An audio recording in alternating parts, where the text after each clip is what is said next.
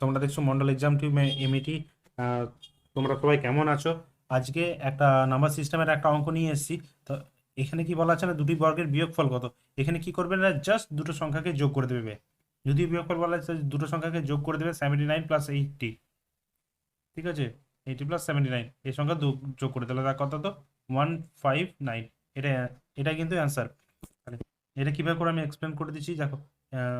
এটা x square minus y square বার করতে বলেছে, তাই তো। এখানে এক্স বড়, তাহলে কি করব, 80 প্লাস 79, 80 প্লাস 79 ইন্টু 80,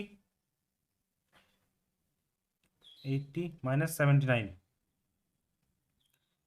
তাহলে এটা তো এক আসবে সবসময়, বড় সংখ্যা থেকে ক্রমিক সংখ্যা যেহেতু, তাই বিয়োগ করলে তো সবসময় এটা একই আসবে। এটা এক, আর এটা যোগ করলে যেটা আসবে সেটাই ভালো। দেখো এটা যোগ করলে তো 159 হয়।